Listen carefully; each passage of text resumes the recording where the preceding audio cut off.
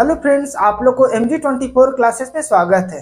तो ये चल रहा है एसएससी जीडी प्रीवियस ईयर का मैथ्स का पेपर का सॉल्यूशन, जो कि आज होने वाला 11 जनवरी 2023 का फोर्थ शिफ्ट का क्वेश्चन। तो चलिए क्वेश्चन को करते हैं स्टार्ट। पहला क्वेश्चन देखिए क्या बोला जा रहा है, आपके बोर्ड पे दिख रहा होगा। बोला जा रहा है कि संख्या 73, 115 और 185 को एक संख्या से विभाजित किया जाता है जिससे समान शेष प्राप्त होते हैं, यानी डिवाइड करने पे शेषफल क्या आता है, समान आता है। तो ऐसी सबसे बड़ी संभव संख्या ज्ञात करें, मतलब ऐसी कौन सी संख्या है जिससे सभी संख्या को डिवाइड करने पे समान शेषफल आता है। और संख्या क्या है, 73 है, 115 है और 185 है। तो अब सुनिए, सबसे पहले क्या करेंगे, हम ये दोनों का डिफरेंशियल लेंगे। तो ये दोनों का जब अंतर आप लीजिएगा तो 115 में से 73 को घटाइएगा तो क्या आएगा आपके पास, 42। फिर ये दोनों का अंतर लेंगे तो 185 में से 115 को घटाइएगा तो अंतर कितना आएगा, 70। फिर अगला तीसरे अंक से यानी पहले और तीसरे का अंतर लेंगे तो 73 और 185 का अगर आप अंतर लीजिएगा तो आपके पास आएगा 112। 42, 70, 112 का आप एचसीएफ निकालोगे, और एचसीएफ निकालने आप लोग को आता होगा। जिनको नहीं आता होगा, हम एलसीएम एचसीएफ का लेक्चर डाला हुआ है, आप उसमें देख सकते हैं। इसका एचसीएफ निकालिएगा तो आपका आंसर क्या आएगा, 14। तो यानी अब 14 से इस सब से तीनों संख्या को डिवाइड कीजिएगा तो शेषफल क्या आएगा, समान। तो ये 14 ऑप्शन कौन सा हो जाएगा, तो ऑप्शन बी आपका सही है। सेकेंड क्वेश्चन बोला जा रहा है कि लंबाई 10 मीटर, चौड़ाई 6 मीटर और ऊंचाई 8 मीटर वाले किसी घनाभीय कमरे में रखी जा सकने वाली छड़ की अधिकतम लंबाई मीटर में ज्ञात करें। तो देखिए लंबाई कितना दिया हुआ है, 10 मीटर है, चौड़ाई यानी कितना दिया हुआ है, 6 मीटर है, और ऊंचाई कितना दिया हुआ, 8 मीटर। तो एक घनाभ के आकार में कमरे में छड़ रखने की सबसे अधिकतम लंबाई, तो देखिए छड़ रखने की सबसे अधिकतम लंबाई पूछे या विकर्ण की लंबाई पूछे तो इसके लिए रिलेशन मिलता है स्क्वायर रूट अंडर लंबाई का स्क्वायर प्लस चौड़ाई का स्क्वायर प्लस ऊंचाई का स्क्वायर। अब आपके पास देखिए लंबाई कितना दिया हुआ है, 10, तो 10 का स्क्वायर कीजिए तो क्या हो जाएगा, 100, प्लस चौड़ाई का स्क्वायर तो 6 का स्क्वायर कितना हो जाएगा, 36, और ऊंचाई का स्क्वायर तो ऊंचाई कितना दिया हुआ, हाइट 8 मीटर, तो 8 का स्क्वायर 64। अब आपस में तीनों को जोड़िएगा तो 36, 64, 100, 100 कितना हो जाएगा, 200, और इस 200 को आप लिख सकते हैं 2 गुना 100, और 100 का स्क्वायर रूट क्या निकलेगा, 10, तो 10√2 मीटर। तो ये सबसे अधिकतम छड़ की लंबाई क्या हो जाएगा, 10√2 मीटर, जो कि ऑप्शन सी सही है आपका। 3 नंबर क्वेश्चन है, 16 × 9 divisible by 4 of 2 whole divisible 3 multiply छोटी ब्रैकेट होना 9 - 6 - 2 multiply 3 divisible by 4 of half. Of मतलब होता है का, तो सबसे पहले इसमें ऑफ का काम होगा। तो देखिए सॉल्यूशन में आता है 16 × 9 डिविजिबल, ये ऑफ है तो इसका मतलब क्या हो गया, मल्टीप्लाई, तो ये 4 दूनी कितना हो गया, 8। फिर होल डिविजिबल 3 मल्टीप्लाई ब्रैकेट के अंदर का सॉल्व कीजिए तो 9 में से 6 जाए तो क्या बचेगा, 3 - 2 गुना 3 ये डिविजिबल, और ये आपस में ऑफ है तो ऑफ मतलब का होता है, यानी 4 का मतलब गुना 1/2, तो 2 दूनी 4 कट जाएगा तो ऊपर में 2 गुना 1 तो सिर्फ क्या मिलेगा, 2।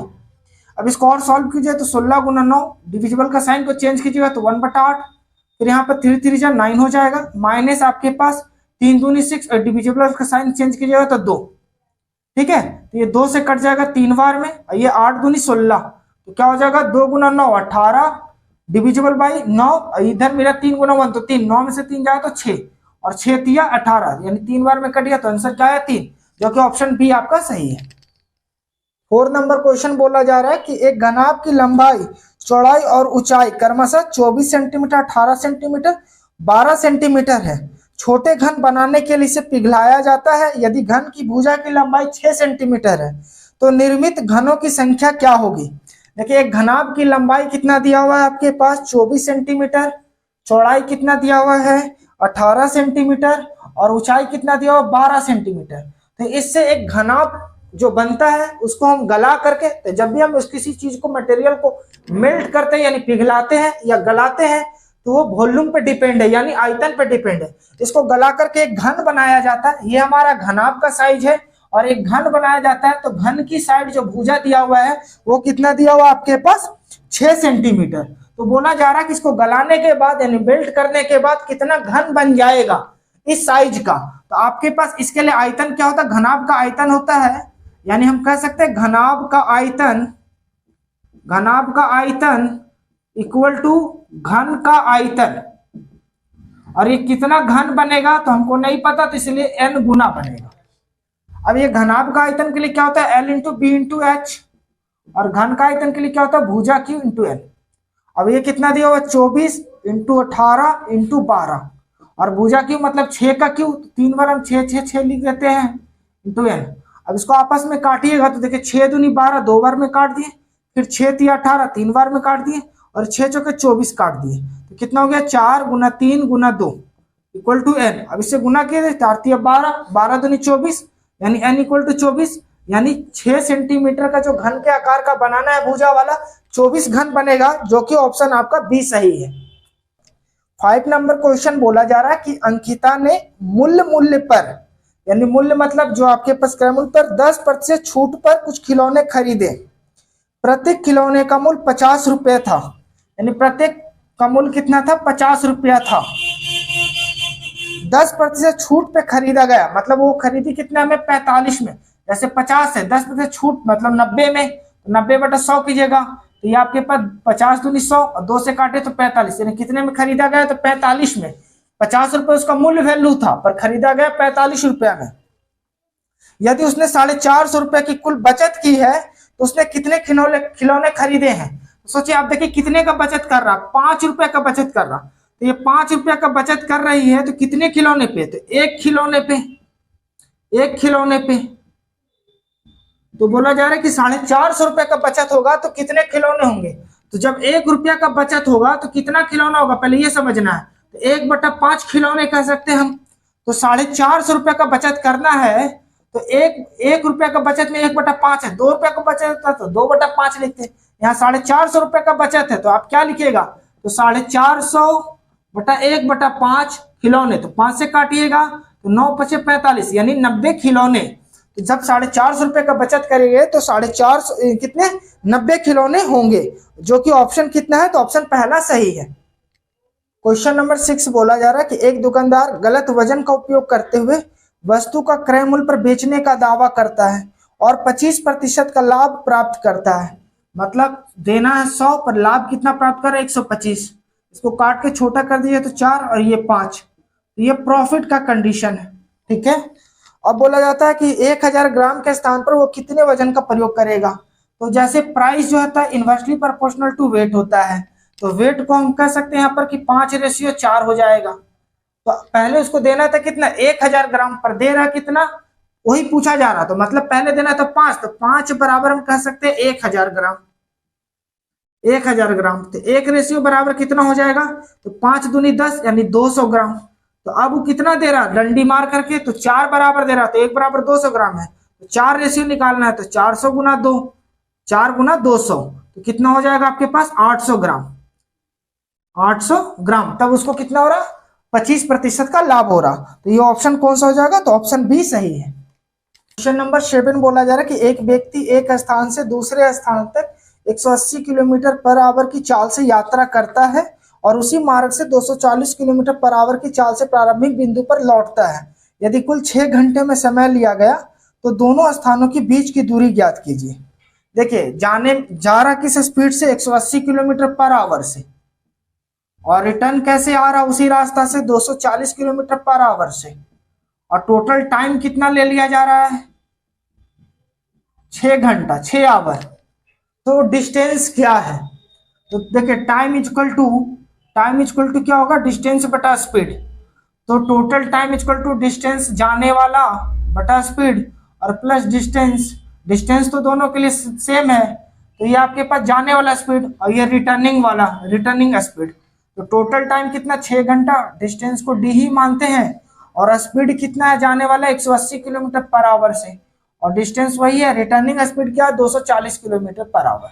अब इसको आप एलसीएम लीजिएगा तो 180 और 240 का, तो 720 आएगा एलसीएम, ठीक है। तो 180 से डिवाइड कीजिएगा तो कितने बार में, 4 बार में, तो यहाँ पर 4D, फिर प्लस है तो प्लस, 24 से डिवाइड कीजिए तो 3 बार में, तो 3D।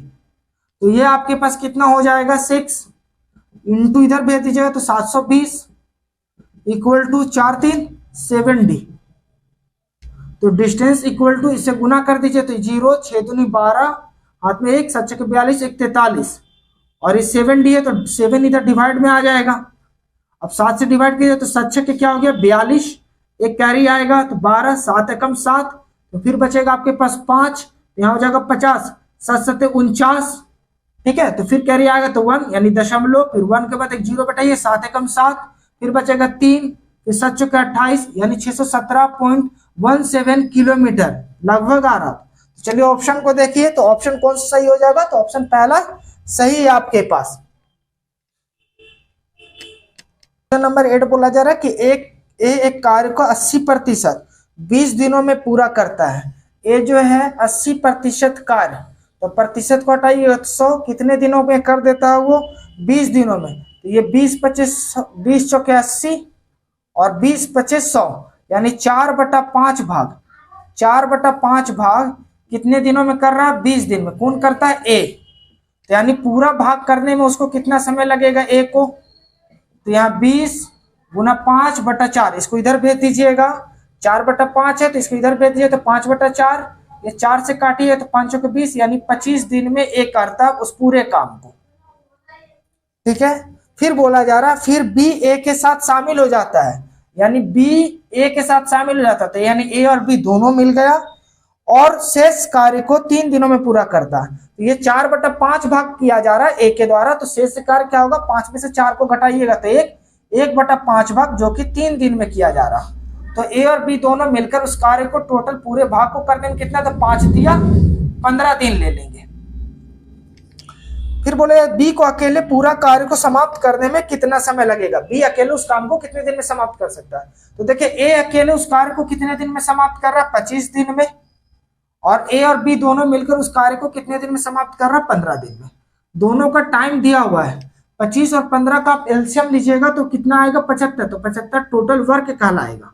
अब आपको निकालना है इफिशियंसी, तो 25 से डिवाइड कीजिए तो ए का क्षमता 3 और 15 से डिवाइड कीजिए तो ए बी का क्षमता 5, तो बी का इफिशियंसी कितना निकलेगा, बी का क्षमता, तो 5 में से 3 घटा, ए का क्षमता 3 है और ए बी का क्षमता 5 है, तो 5 में से 3 को घटाइएगा तो बी का क्षमता कितना हो जाएगा, 2। तो अब बी अकेले उस काम को कितने कर देगा, तो यानी बी का टाइम निकालना है, तो बी का टाइम निकालना, टोटल वर्क कितना, 75, 75/2 यानी 37.1/2 दिन में बी अकेले उस कार्य को समाप्त कर देगा।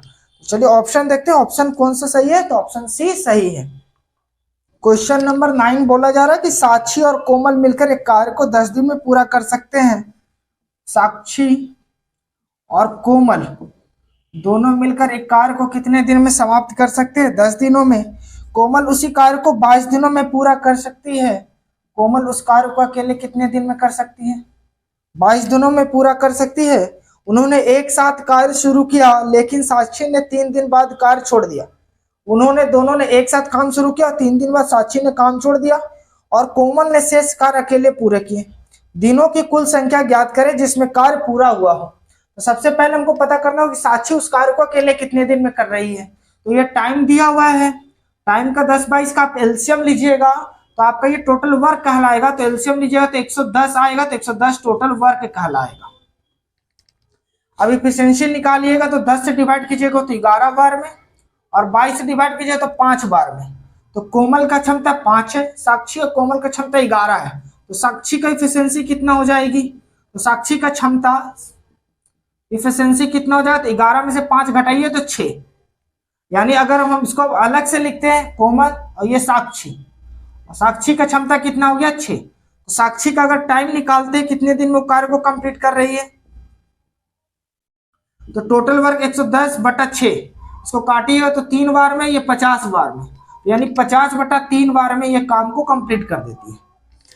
अब इस चीज को समझते हैं, कोमल का अलग हो गया, साक्षी का अलग हो गया। दोनों का अगर टोटल वर्क का बात किया जाए तो 110 ही वर्क होगा। दोनों साथ मिलकर के 3 दिन करते तो 6 5 11, 11 गुना 3 यानी 33 वर्क हो चुका है दोनों मिलकर के। अब साक्षी काम छोड़ देती है, शेष वर्क को कौन करती है, कोमल बोला जा रहा है। तो शेष वर्क बचा कितना है पहले ये समझना है आपको।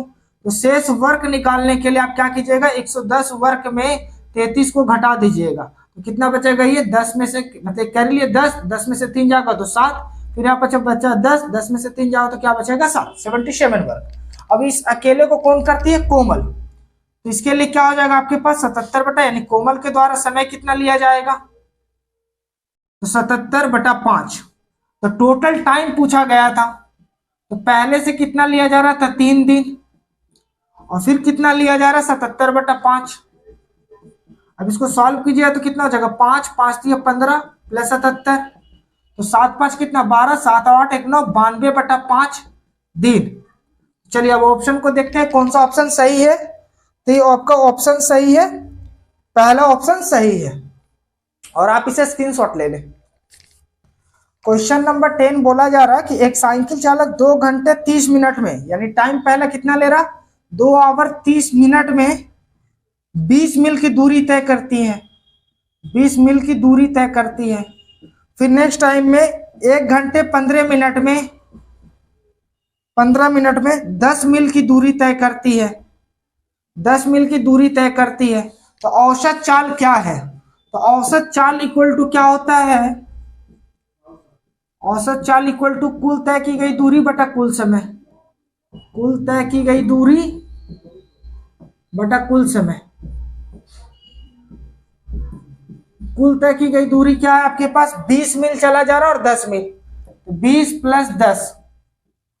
फिर समय, टोटल समय थे 2 घंटा 30 मिनट, 1 घंटा 15 मिनट, तो टोटल समय को जोड़िएगा तो 3 घंटे और 45 मिनट, 30 और 15 45 मिनट। इसको चेंज कर दीजिए आवर में, मिनट को चेंज करेंगे आवर में, तो 3 घंटे 45/60, 15 3 45, 15 चौके 60, तो 4 3 12, 12 3 15, 15/4। तो ये आपके पास कितना हो जाएगा 20 और 10 कितना 30 मील बटा 15, ये 4 ऊपर 15 दूनी 30, 4 दूनी 8, यानी 8 मील प्रति घंटे औसत चाल निकलेगा। इसका ऑप्शन क्या हो जाएगा? तो ऑप्शन सी आपका सही है। क्वेश्चन नंबर 11 बोला जा रहा है कि एक पिज्जा के लिए चीज और सॉस का अनुपात 1 कप और हाफ कप है, यानी चीज के लिए और सॉस के लिए कितना, चीज अगर 1 कप है तो ये कितना है हाफ कप है, का अनुपात दिया हुआ है। यदि रमा ने एक निश्चित संख्या में पिज्जा बनाने के लिए 15 कप सॉस का इस्तेमाल किया है, 15 कप सॉस का इस्तेमाल किया, तो उस पिज्जा पर कितने कप चीज का इस्तेमाल होगा?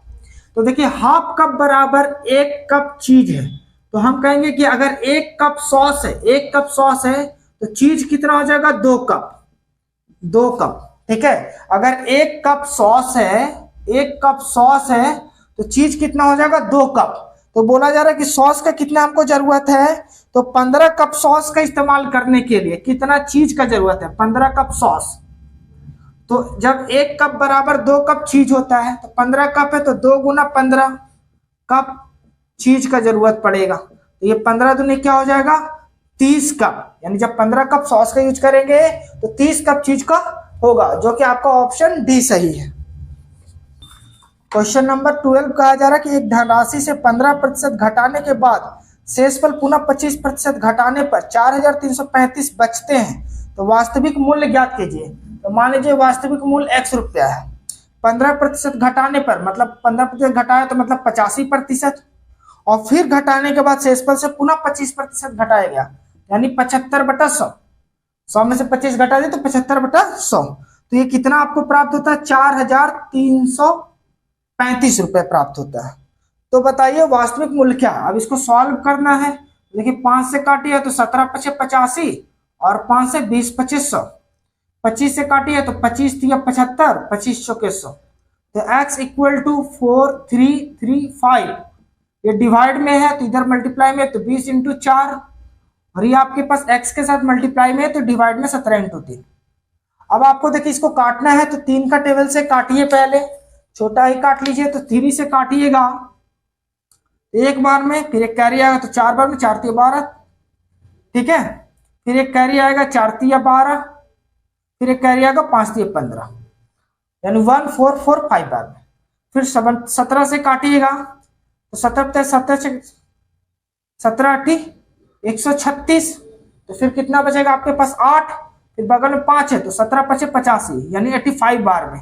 और इतना आप भी कर सकते हैं, तो 85 मल्टीप्लाई 20 इंटू 4, अब गुना कर दिए 20 चौके देखिए क्या हो जाएगा 80 गुना 85, और यहाँ पर गुना किया तो 0 8 5 40, हाथ में 4, 8 8 64, 64 और 4 कितना हो जाएगा 68, यानी 6800 रुपए था। तो ये ऑप्शन कौन सा हो जाएगा? तो ऑप्शन डी सही है। क्वेश्चन नंबर 13 बोला जा रहा है कि एक वस्तु पर एक दुकानदार अंकित मूल्य पर 7.5% की छूट देती है। तो MRP अगर मान लीजिए कि आप 100 मानते हैं या आप X मानते हैं तो आपको मिला जा रहा है 7.5% की छूट दिया जा रहा है। तो छूट पे बेचा जा रहा है सेलिंग प्राइस, तो 7.5 का छूट दिया जा रहा है, यानी 92.5% का छूट दिया जा रहा है। 92.5% में बेचा जा रहा है इसका, तो 92.5 और प्रतिशत आप हटाइएगा, अगर इसको प्रतिशत हटाइए तो 100 से डिवाइड कीजिएगा। फिर बोला जा रहा है कि 10 प्रति वस्तु कैशबैक देता है, मतलब 10 रुपया का और भी कैशबैक दिया, यानी 10 रुपया का और भी छूट दिया जा रहा है। तो ये हमारा सेलिंग प्राइस में होगा, सेलिंग प्राइस और भी घट जाए, मतलब पहले हम जितना था जैसे 100 रुपया था वस्तु का, अगर हम 10% का छूट दिए 90 और 10% का 10 रुपया का और सामान छूट दे दिए, मतलब हम 80 रुपये में बेचे, तो वही यहाँ पर हाल हो जा रहा है कि 10 रुपये का और कैशबैक दिया तो ये छूट मिल जाता है। वह अभी भी 5 रुपए प्रति वस्तु कमाता है, तो यानी लाभ कितना कमा रहा है वो 5 रुपए, 5 रुपए लाभ कमाता है।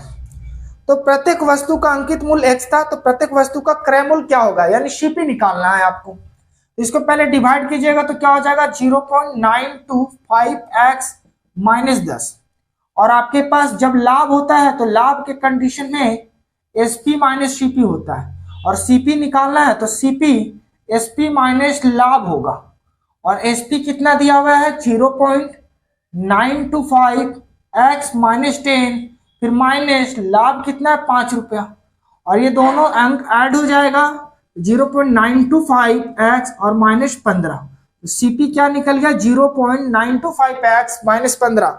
ये ऑप्शन कौन सा हो जाएगा 0.925x माइनस 15, ये ऑप्शन C सही है आपका।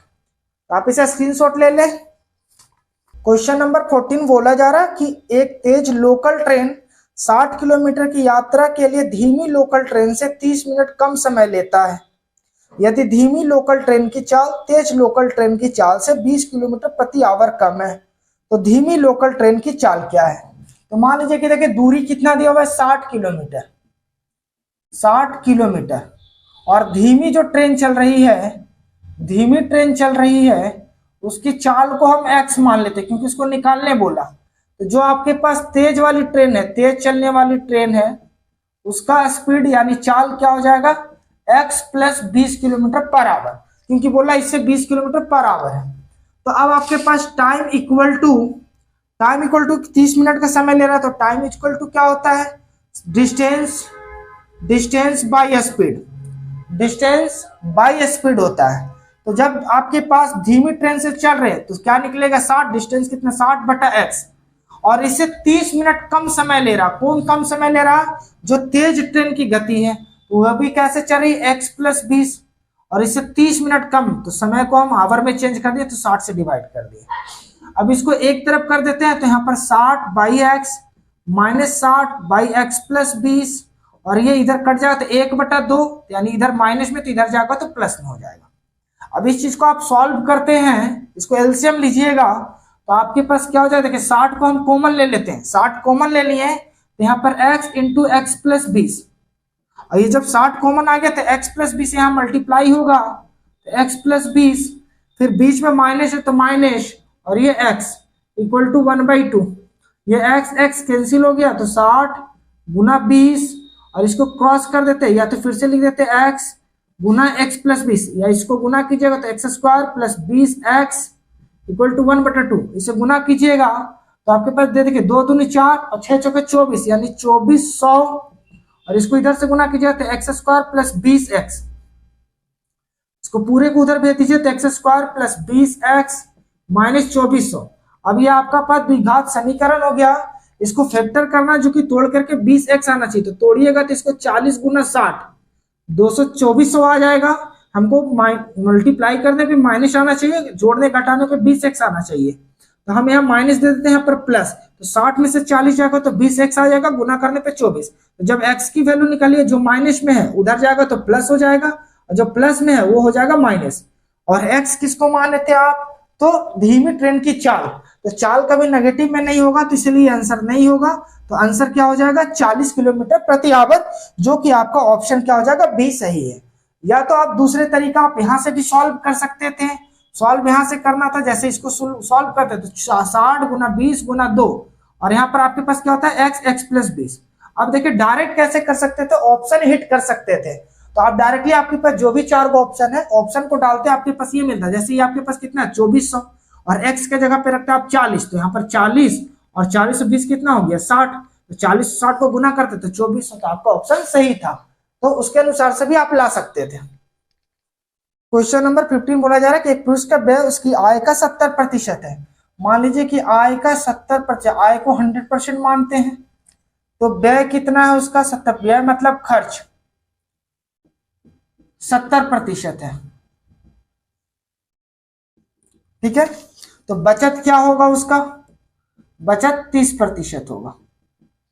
अच्छा, अब बोला जा रहा है आपके पास यदि उसकी आय 20% और 50% की दो क्रमिक वृद्धि हो, यानी आय जो 100% था 20% यानी 120/100 और 50% मतलब 150/100 दो बार वृद्धि किया जाए, तो ये 100 कैंसिल और 1 0 0 2 0 कैंसिल, यहाँ क्या 15 गुना 12 गुना 15, तो 15 दूनी 30, हाथ में 3, 15 3 18, यानी पहले 100% आय था, अब कितना आय हो गया 180%।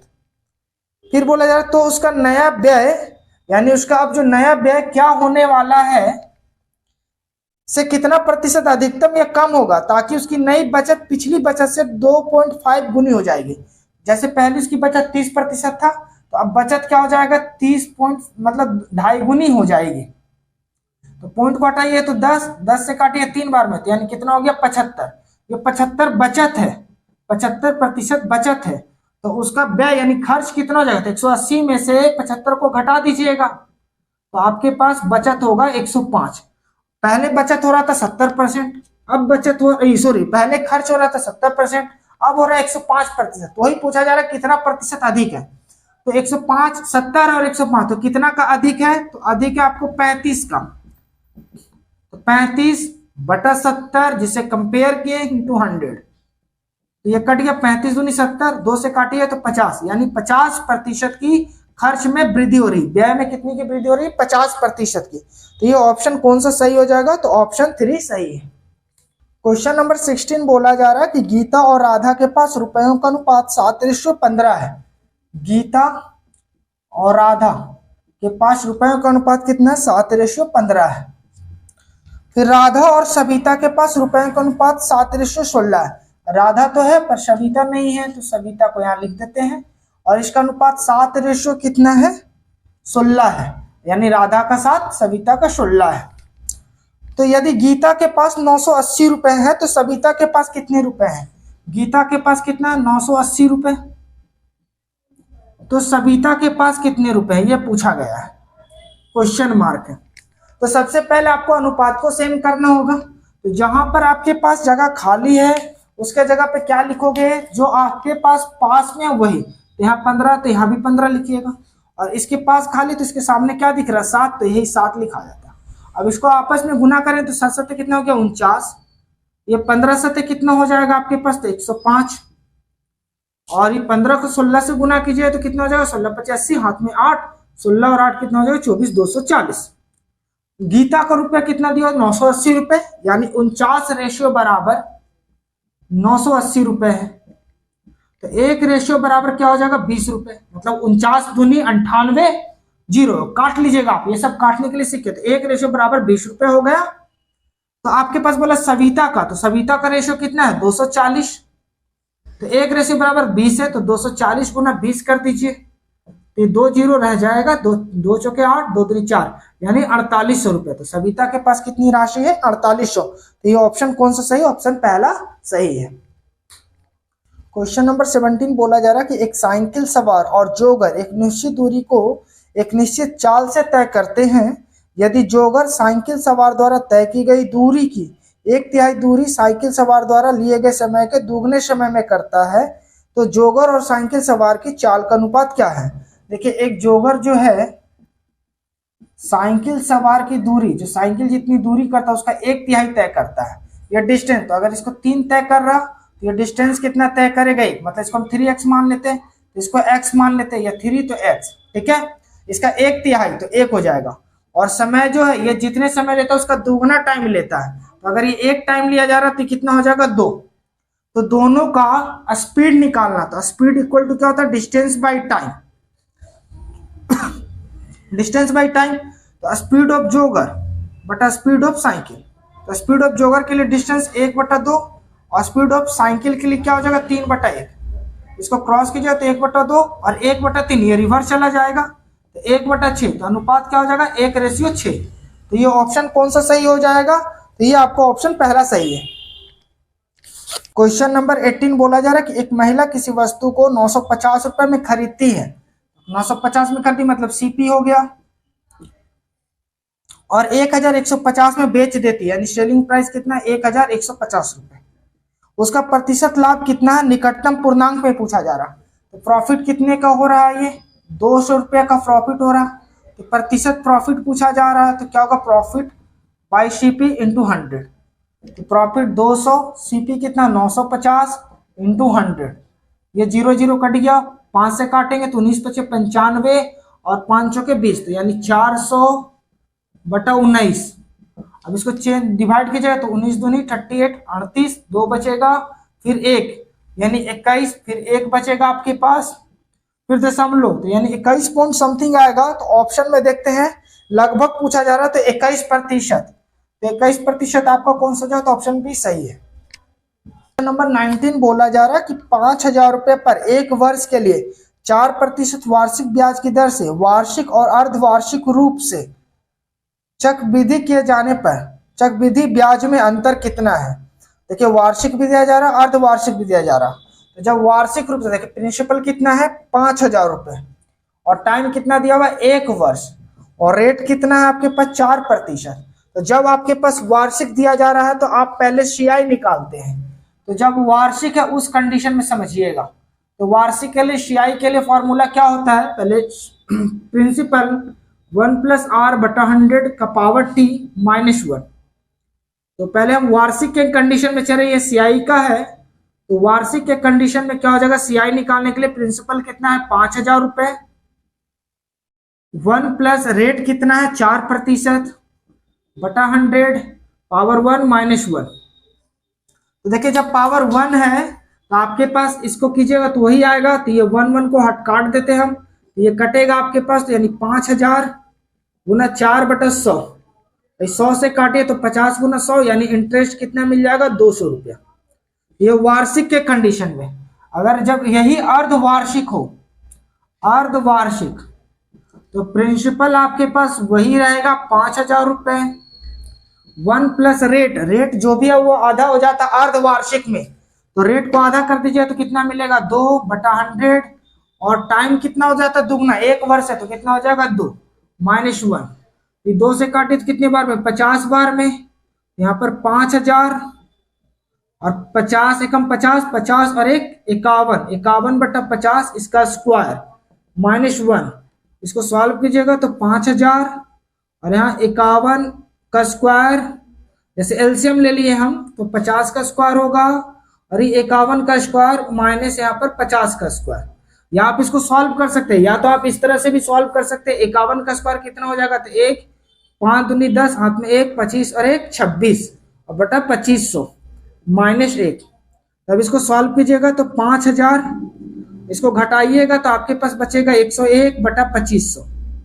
तो 0000 कैंसिल, 25 दूनी 50 और 2 से गुना कीजिएगा तो 202 रुपए मिलेगा। तो जब अर्धवार्षिक रूप से 202 रुपया ब्याज मिला, वार्षिक रूप से 200 रुपया ब्याज मिला, तो उस ब्याज का अंतर पूछा गया था। तो 200 में 200 का घटाइएगा तो 2 रुपए का अंतर आएगा, 2 रुपए का अंतर आएगा, तो यही आपका आंसर आ जाएगा। तो ये ऑप्शन कितने नंबर में सही है, तो ये ऑप्शन आपका डी सही है। आप इसे स्क्रीनशॉट ले लें। क्वेश्चन नंबर 20 इस सेट का लास्ट क्वेश्चन है। बोला जा रहा है कि एक बैंक ब्याज को अर्धवार्षिक संयोजित करके 10% प्रति वर्ष की दर से चक्रवृद्धि ब्याज प्रदान करता है। एक ग्राहक 1 वर्ष की 1 जनवरी और 1 जुलाई प्रत्येक को 3,200 रुपए जमा करता है। मतलब एक बार 1 जनवरी को जमा किया 3,200 रुपए और फिर 1 जुलाई को यानी 6 मंथ के बाद 3,200 रुपए जमा किया, तो वर्ष के अंत में उसे ब्याज के रूप में प्राप्त होने वाली राशि क्या होगी। ठीक है, तो ये किस रूप में दिया जा रहा, अर्धवार्षिक के रूप में दिया जा रहा है। तो 6 मंथ पे तो रेट कितना है, 10% है। और जो आपके पास पहले 6 मंथ के लिए है तो वो आपके पास प्रिंसिपल कितना है, 3200 रुपए। तो सीआई के लिए क्या होगा, प्रिंसिपल 1 प्लस रेट बटा 100 पावर टी माइनस 1। प्रिंसिपल है 3200, 1 प्लस रेट कितना, 10%। अर्धवार्षिक है तो रेट कितने में कन्वर्ट हो जाएगा, 5। आधा टाइम को कर दीजिएगा, देखिए आधा 6 महीना के लिए। जैसे 1 जनवरी से 1 जुलाई को फिर से दिया जा रहा, तो हम 1 जुलाई के पहले का कवर करेंगे तो 6 मंथ, और 6 मंथ को वर्ष में चेंज करेंगे, 2 से मल्टीप्लाई करेंगे तो 12 मंथ। तो 12 मंथ को मतलब 1 वर्ष माइनस 1। अब इसको सॉल्व कीजिए तो ये 1 कट जाएगा, तो 5/100 यानी 3200 इंटू 5/100, तो ये आपके पास कट गया। तो यानी 32 गुना 5 यानी 160 रुपए का ब्याज मिला। क्वेश्चन को समझिएगा, 160 रुपए का ब्याज मिला कब, 6 मंथ के लिए। फिर 1 जुलाई को फिर से 3200 रुपया दिया जा रहा, तो 3200 और 3200 6400 हो गया, और 160 रुपए का और ब्याज मिला। तो अब उसका जो न्यू प्रिंसिपल हो गया, 3200 पहले से आपका जमा था, और 3200 फिर 1 जुलाई को मिला, और 160 रुपए जो 3200 पहले जमा किया था, सीआई में क्या होता है, ब्याज पे ब्याज मिलता है, तो 160 रुपया और हो गया। तो अभी आपके पास प्रिंसिपल कितना हो गया, 64 6560 रुपया। ठीक है, ये आपका प्रिंसिपल हो गया। अब ये फिर से लगेगा उसी रेट पे 6 महीना के लिए, तो अब आपका ब्याज कितना मिलेगा। तो फिर से रिलेशन बैठाते हैं, 6560। ठीक है, प्रिंसिपल 1 प्लस रेट आपके पास कितना है, 5/100 पावर 1 माइनस आपके पास कितना हो जाएगा, 1। 1 को काट दीजिएगा आप, यहाँ पर कितना हो जाएगा आपके पास 6560, ये 1 कैंसिल, यहाँ पर 5/100, 1 0 0 कट गया, ये 5 दूनी 10 कट गया, तो ये आपके पास कितना हो जाएगा 3।